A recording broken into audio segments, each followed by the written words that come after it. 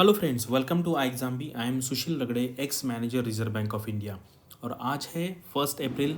आप सबको पता है कि आज आईबीपीएस का रिज़ल्ट आया है। IBPS SO, IBPS clerk, IBPS PO और कुछ दिन पहले एसबीआई क्लर्क यानी एसबीआई जूनियर एसोसिएट का रिज़ल्ट आया है। तो कुछ स्टूडेंट ऐसे हैं यहाँ पर कि जिनका दोनों जगह पे सिलेक्शन हुआ है, एसबीआई क्लर्क में हुआ है और आईबीपीएस पीओ में हुआ है। तो मुझे काफ़ी मतलब यहाँ पर क्वेरीज काफ़ी दिन से आ रही थी, क्योंकि स्टूडेंट्स को मतलब ये कॉन्फिडेंस था कि एसबीआई क्लर्क में तो हुआ है और आईबीपीएस पीओ में भी हो जाएगा। तो अब तक नियर अबाउट ना 100 के आसपास क्वेरी आ गई है कि सर अभी हम क्या करें। वैसे नॉर्मल देखा जाए तो ऐसे लगता है यार ये तो क्लर्क है, ये ऑफिसर है, तो officer is always better than clerk. तो इसमें मतलब क्वेश्चन का क्या सवाल है, इसमें तो क्वेश्चन नहीं पूछना चाहिए। लेकिन है इसके पीछे के रीजंस क्या है। और यहाँ पर ना ये जेनेरिक आंसर नहीं है, ठीक है, जेनेरिक आंसर नहीं। आपको आपका क्या सिचुएशन है, आपका फ्यूचर का प्लान क्या है, आपका फाइनेंशियल सिचुएशन है, आपकी लाइफ की प्रायोरिटीज़ है, वो सारा देख के आपको खुद के लिए क्या अच्छा रहेगा वो आपको देखना है। और यहाँ पर हम क्या करेंगे कि ये क्राउड सोर्स ऑफ इंफॉर्मेशन करेंगे। आपको पता है क्राउड फंडिंग होता है। क्राउड फंडिंग यानी कि बहुत लोग आके वहाँ पर पैसे लगाते हैं 10-10 रुपये करके। अगर 1 करोड़ लोग आएंगे 10 करोड़ रुपए हो जाएंगे। तो यहाँ पे हम क्राउड सोर्स करेंगे किसका, इन्फॉर्मेशन का। यानी कि अगर आप में से कुछ लोग इस फेज से गए हैं, यानी कि आप में से कुछ लोग पहले क्लर्क में थे एसबीआई में और फिर बाद में आईबीपीएस पीओ में गए, तो so you are very right person to give answer of this question, ठीक है। और अगर आप एसबीआई में हैं या आप आईबीपीएस पीओ में हैं, या अभी आप क्या सोचते हैं, आपको आपका सिचुएशन बोलना है, ठीक है। लोगों को क्या करना है वो लोग डिसाइड करेंगे। अभी फिर कुछ लोग कहेंगे फिर आप क्यों बता रहे हैं, क्योंकि मैं भी मेंटर हूँ यहाँ पर। स्टूडेंट मुझे पूछते हैं, मैं लोगों के साथ इंटरेक्शन करता हूँ, एवरी मंथ में 400-500 लोगों से बात करता हूँ, उससे मुझे इंसाइट मिलते हैं। मैंने भी पहले बैंक में काम किया है। इलाहाबाद बैंक में मैंने पीओ के तौर पे 2 साल काम किया है, रिजर्व बैंक ऑफ इंडिया में 3 साल काम किया है। और मैंने काफ़ी सारे स्टूडेंट से पिछले 10 साल में नियर अबाउट आप पकड़ लीजिए 10,000 स्टूडेंट के साथ मैंने डायरेक्ट इंटरेक्शन किया था। तो उसके बेस पे मैं इसका आंसर दूंगा, ठीक है। और इसमें मैं 3-4 कैटेगरी में स्टूडेंट्स को डिवाइड करूंगा। उसके बेस पे आप डिसीजन ले सकते हैं। और आप क्या करेंगे एंड उसके रीजंस क्या है आप कमेंट सेक्शन में लिख सकते हैं। क्योंकि कमेंट सेक्शन में क्या होगा, एक अच्छा एक हम कहेंगे एक डेटाबेस बनेगा अलग अलग व्यूज़ का, जो पढ़ के बाकी स्टूडेंट्स को उनका डिसीजन लेने में फ़ायदा होगा, ठीक है। तो चलो अभी यहाँ पर वीडियो स्टार्ट करते हैं। और जितने लोग यहाँ पे देख रहे हैं ना, आप सबको आपका व्यू क्या है, आप क्या करेंगे वो लिखना है। तो उससे पहले क्या है ना, मैंने पिछले कुछ दिनों में कुछ पोल्स कंडक्ट किए। देखो आप कहीं पे भी पोल कर लो, अगर आप लोगों को जाके इंटरव्यू लेके फेस टू फेस भी पूछेंगे तो कोई गारंटी नहीं दे सकता कि वो जो पर्सन है वो कितना फेथफुली दे रहा है। लेकिन यहाँ से एक आपको आइडिया मिल जाता है, क्योंकि ये नंबर काफ़ी बड़ा है। यहाँ पे नियर अबाउट 2,000 लोगों ने वोट किया है, ठीक है। तो मैं इसका बैकग्राउंड बता देता हूँ कि मैं क्यों ये इस वीडियो में मैंने ये स्लाइड को इंक्लूड किया है। तो यहाँ पर क्या है ना कि काफ़ी सारे बैंकर जो है want to apply for EPFO SSA job के लिए, ठीक है। यहाँ पे सैलरी इतनी ज़्यादा नहीं है, लेकिन वो अप्लाई यहाँ पर करना चाहते हैं। और उसके पीछे का रीज़न क्या है, फियर ऑफ प्राइवेटाइजेशन, ठीक है। तो अभी देखो ये कितने हैं, 2,000 लोग हैं नियर अबाउट। तो 24% यानी कि 480 हो गया। एक परसेंटेज का आपको अंदाज़ा आ जाएगा, ठीक है। तो इस तरीके से ये हो गए 160, ठीक है। ये हो गए 500 लोग, ये नियर अबाउट हो गए आपके 400 लोग। इस तरीके से आप ये नंबर देखिए कि ये बहुत बड़ा नंबर है। ऐसा नहीं है इसमें से आप पकड़ लीजिए कि आधे लोग झूठ बोल रहे हैं, ठीक है। लेकिन एक आपको आइडिया आ जाएगा। यहाँ पे क्या है, कुछ लोग क्या बोल रहे हैं, 24% लोग बोल रहे हैं I am working as a PO clerk in national bank and I have a fear of privatisation, ठीक है। क्योंकि लोगों को लग रहा है यार प्राइवेट, आपको पता है फाइनेंस मिनिस्टर ने पार्लियामेंट में कहा है कि 2 बैंकों का प्राइवेटाइजेशन करेंगे, लेकिन कौन से बैंक का वो किसी को पता नहीं, इसलिए फियर है। बाकी 8% बोल रहे कि हमें फियर नहीं है। 25% लोग कह रहे कि I am employed and age below 27। 20% लोग कह रहे कि मैं अनएम्प्लॉयड हूँ, 27 साल से ज़्यादा एज है। यानी कि ग्रेजुएशन कब हो जाता है लोगों का, 21-22 में, यानी कि 5 साल से अनएम्प्लॉयड है। आई am working in a private sector and I work in a state government. तो ये एक डेटा है, आपको पता चलेगा इससे कि बहुत अनएम्प्लॉयमेंट मार्केट में है। और ये नंबर काफ़ी बड़ा है। लोग बैंक में काम कर रहे हैं, अदर गवर्नमेंट जॉब के लिए, पीएसयू जॉब के लिए अप्लाई कर रहे हैं, क्योंकि वो फियर है। तो ये रियल डेटा है। और आप रियल आपके कमेंट्स भी कमेंट सेक्शन में कर सकते हैं। अब ये अभी कुछ टाइम पहले, ठीक है, अभी सिर्फ 2-3 घंटे पहले मैंने ये किया था। आप इसमें से क्या सेलेक्ट करेंगे, ठीक है। तो मैंने मेरा टेक दिया है, मुझे लगता है SBI जे सेलेक्ट करना चाहिए, और क्यों करना चाहिए मैं बताऊंगा। और ये पोल में भी 36% लोग कह रहे हैं कि SBI क्लर्क अच्छा है IBPS PO से, ठीक है। और ये इसके लिए 2-3 रीज़न है। एक तो क्लरिकल में ज़्यादा वर्क का प्रेशर नहीं होता है, आपको टाइम मिलेगा पढ़ाई करने के लिए इसलिए। और 40% के आसपास लोग ऐसे कि उनको पता नहीं है, ठीक है, उनको पता नहीं क्या करना है। अब ये देखिए, from how many years you are preparing for government exam and still unemployed, ठीक है। ये कितने वोट है, 3000, ठीक है। 6% है ये, 6%, 180 लोग हैं, 9 साल से अनएम्प्लॉयड है, ठीक है। 9% है, यानी कि 270 लोग ऐसा है कि जो 5 साल से एम्प्लॉयड है, यानी कि बस गवर्नमेंट एग्जाम का प्रिपरेशन करे जा रहे, ठीक है। एक लिमिट सेट करना है। एंड ये लोग हैं, 40% लोग हैं कि जो किसी गवर्नमेंट या प्राइवेट जॉब में है। लेकिन आप ये अनएम्प्लॉयड लोगों का देख लीजिए कितने सालों से प्रिपरेशन कर रहे हैं, ठीक है। तो हो क्या जाता है फिर बाद में ना, आपको ये जस्टिफाई करना पड़ता है इंट्रो में कि इतने साल आप क्या कर रहे थे, ठीक है। और मुश्किल हो जाता है कभी कभी। तो ये देखना है कि एक लिमिट सेट करना है, 1 2 3 4 साल, और फिर उसके बाद कोई भी जॉब ज्वाइन कर लो और फिर आप प्रिपरेशन करते रहे। तो ये अनएम्प्लॉयमेंट कितना है मार्केट में, ये मैं यहाँ पे बताना चाहता हूँ, ठीक है।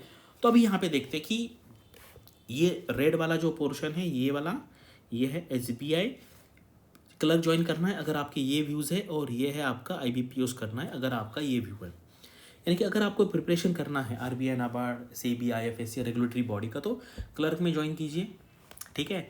एक डिसेंट सैलरी मिलेगी 35-40 हज़ार के आसपास, और वर्कलोड इतना नहीं होगा। 5-5:30 बजे आप निकल सकते हैं, सुबह 3 घंटे, शाम को 3 घंटे, 6 घंटे, 6 भी नहीं होगे तो 4 घंटे तो डेफिनेटली पढ़ाई करेंगे। और जॉब करने से एक सेल्फ आपका स्टीम बढ़ता है। फिर आपके पास पैसे होते हैं, आप कुछ कोचिंग ज्वाइन कर सकते हैं, लैपटॉप, आईपैड ये ले सकते हैं, तो आप मतलब फाइनेंशियली इंडिपेंडेंट हो जाओगे।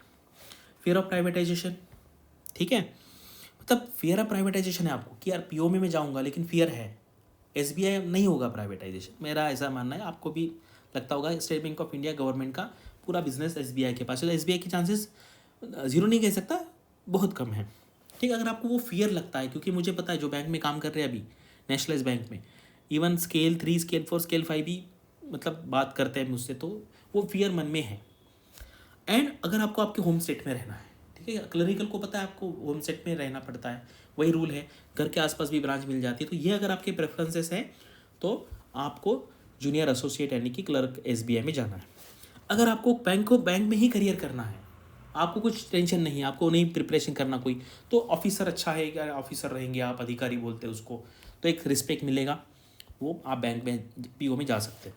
आपको टेंशन नहीं है, प्राइवेट होगा तो होगा, ये अगर आपका व्यू है तो आप जा सकते हैं PO में। And no issue with location of the job, आप कहीं पे भी, आप नॉर्थ में हैं तो आप साउथ इंडिया में, नॉर्थ ईस्ट में, जम्मू कश्मीर में, या साउथ से है तो नॉर्थ में, नॉर्थ से साउथ में, ईस्ट है, वेस्ट है, कहीं पे भी आपको प्रॉब्लम नहीं है तो आप कर सकते हैं, ठीक है, आप PO में ज्वाइन कर सकते हैं। और ऐसे भी कुछ लोग हैं, कुछ लोग कहेंगे सर ऐसा थोड़ी है, हम PO रह के भी प्रिपरेशन कर सकते हैं, तो उस केस में फिर आप देखो, वो तो डिपेंड है, लेकिन वो थोड़ा मुश्किल हो जाएगा। PO में रिस्पॉन्सिबिलिटी है, ज़्यादा टाइमिंग भी आपको रहना पड़ता है, थोड़ा सा छुट्टी का भी प्रॉब्लम होता है, कि ऑफिसर है तो चाबी रहती है आपके पास, की आपको पता है लॉकर की रहती, तो वो थोड़ा सा मुश्किल हो जाता है। लेकिन मैं तीसरा जो ऑप्शन है कि यार मैं दोनों नहीं ज्वाइन करूँगा, मैं फुल टाइम प्रिपरेशन करूँ, वो तो मैं एडवाइस किसी को नहीं देता, क्योंकि आपको पता है आज के डेट में रिसेशन ऐसा सिचुएशन है वर्ल्ड में, इंडिया में भी काफ़ी ले ऑफ हो रहा है, तो जॉब में रहना कभी भी अच्छा है। आप जॉब में रहेंगे तो आप काफ़ी चीज़ें सीखते हो, इंटरपर्सनल स्किल सीखते हो, तो वो आपको करना है। तो यहाँ पर ये मेरा व्यू है, ठीक है।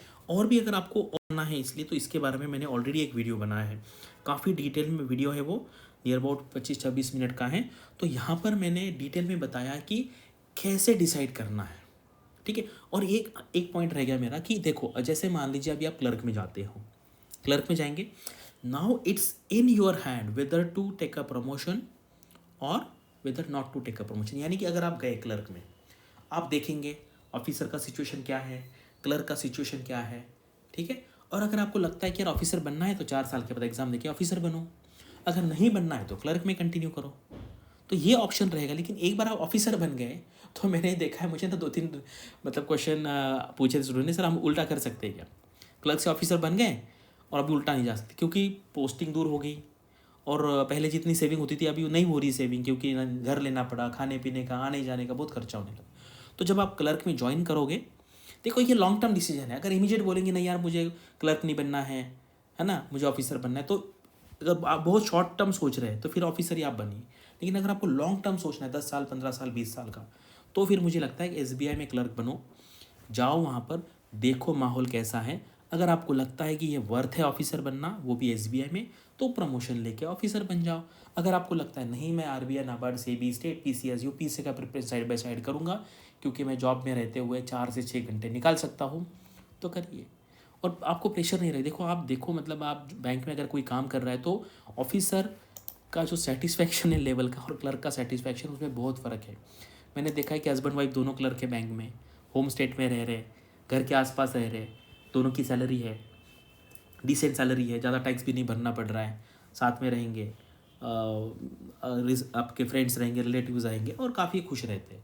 ऑफिसर में फिर वो प्रेशर भी बढ़ता है, टेंशन है, काफ़ी सारे टारगेट्स भी होते हैं। तो ये कैसे करना, यहाँ पर मैंने एक्सप्लेन किया कि लोकेशन देख के कैसे करना है, आपका इंटरेस्ट क्या है, आपका स्पाउस यानी कि आपका हस्बैंड या वाइफ, आपके हस्बैंड या वाइफ क्या कर रहे हैं वो भी बहुत इंपॉर्टेंट है। ठीक है, अगर मान लीजिए आपकी वाइफ या आपके हस्बैंड, ठीक है, स्टेट गवर्नमेंट जॉब में है और आप ऑफिसर बनेंगे, तो ऐसा नहीं आप बोल सकते कि मेरा हस्बैंड या वाइफ स्टेट में है तो मुझे मेरा ट्रांसफ़र मत करो, ऐसा नहीं होगा, आपको जाना ही पड़ेगा। ठीक है, और अभी आप सिंगल है तो आप ये पॉइंट जो हम बोलते हैं ना कि आप सिंगल है तो आप सिंगल वेरिएबल है, आपको बस आपके बारे में सोचना है। ठीक है, पेरेंट्स तो रहते ही है, उसके बाद अगर शादी हो गई 2 वेरिएबल आ गए, फिर बच्चे हो गए 3-4 वेरिएबल हो गए, तो वो कॉम्प्लिकेट हो जाएगा बाद में। तो ये भी आपको सोचना है कि फिर जब आप बैंक में जाओगे ऑल इंडिया लेवल इंस्टीट्यूशन में, फिर आपको शादी में उस टाइप का सोचना पड़ेगा। फिर आप स्टेट गवर्नमेंट के या इससे शादी नहीं कर सकते, क्योंकि फिर आपका ट्रांसफ़र हो जाएगा, उनका नहीं होगा। स्टेट गवर्नमेंट के एम्प्लॉय स्टेट के बाहर नहीं जा सकते। और आप ये बोल के ऐसा नहीं कर सकते कि मेरी वाइफ या हस्बैंड स्टेट में तो मुझे लाइफ टाइम वहाँ पे रखो, ऐसा नहीं होता होगा। ठीक है, तो ये बहुत पैरामीटर्स है, इसके बेस पे मैं आपको ये सजेस्ट करूँगा, ठीक है, कि आप SBI क्लर्क में रहिए। फिर आपको ऑप्शन, देखो मान लीजिए आप ऐसा मान लीजिए कि ठीक है यार मेरा डिसीजन गलत आ गया, ठीक है, आप SBI में क्लर्क, अब फिर बाद में दे दिए, फिर से एग्ज़ाम दीजिए। SBI PO का आप दे सकते हैं, आप IBPS PO का दीजिए, लेकिन जाके एक बार देखिए। क्या है ना, वापिस आना बहुत मुश्किल है, क्लर्क ऑफिसर से क्लर्क बनना बहुत मुश्किल है। और ऐसे लोगों को लगता है वो प्रेशर देख के, वो सारा देख के, क्योंकि लाइफ में क्या है ना, सिर्फ हम कहते हैं ना ये सिर्फ पैसा नहीं है, ठीक है, दोनों आपको मैनेज करना है। मतलब हम फाइनली क्या कहेंगे, मैं कहता हूँ कि हमें हैप्पीनेस बढ़ाना है। कहाँ पर आपको ज़्यादा हैप्पीनेस मिलेगा, कहाँ पर आप ज़्यादा खुश रहेंगे, वो आपको देखना। अगर कोई मुझे कहेगा कि आप आज मेरी सैलरी उससे 10 गुना देंगे लेकिन मेरा प्रेशर 3-4 गुना बढ़ जाएगा, तो मैं बोलूँगा नहीं यार मुझे नहीं करना है, जो अभी हूँ मैं वो खुश हूँ। ठीक है, तो इसलिए आपको ये सारी चीज़ें, ये वीडियो भी देख लीजिए, इसका मैं लिंक देता हूँ डिस्क्रिप्शन में। देन डिसाइड कीजिए आपको क्या करना है। आप दूसरों को मत कहिए, क्योंकि हर एक का क्या कहते हैं उसको, लाइकिंग प्रेफरेंसेस डिफरेंट है। किसी को कुछ डर नहीं प्राइवेटाइजेशन, वो बोलेगा नहीं मुझे ऑफिसर बनना। तो ये एक मेरा पॉइंट ऑफ व्यू है, मैं सजेस्ट करूँगा। और आपने वो पोल का भी देख लिया होगा, तो अभी भी मैक्सिमम लोगों को लगता है कि SBI क्लर्क अच्छा रहेगा। प्राइवेटाइजेशन का डर देखिए इसमें बहुत ज़्यादा है। SBI में प्राइवेटाइजेशन नहीं होगा, बाकी बैंकों में होने के चांसेस है, क्योंकि फाइनेंस मिनिस्टर ने बोला है, वो मन से नहीं कह रहे लोग, वो टेंशन है। आप जो बैंक में हमको उनको पूछिए। ठीक है, तो इसमें मैंने ये एक्सप्लेन करने का ट्राई किया है। आपके जो व्यूज़ है वो मुझे कमेंट सेक्शन में बताएं कि आप क्या करेंगे। अगर आपने इस सिचुएशन से आप गए हैं SBI से बैंक PO से SBI, तो आप अपना भी एक्सपीरियंस यहाँ पर शेयर कीजिए, जिससे बाकी स्टूडेंट का फ़ायदा होगा। Thanks for watching this video and all the best for your studies and upcoming examinations.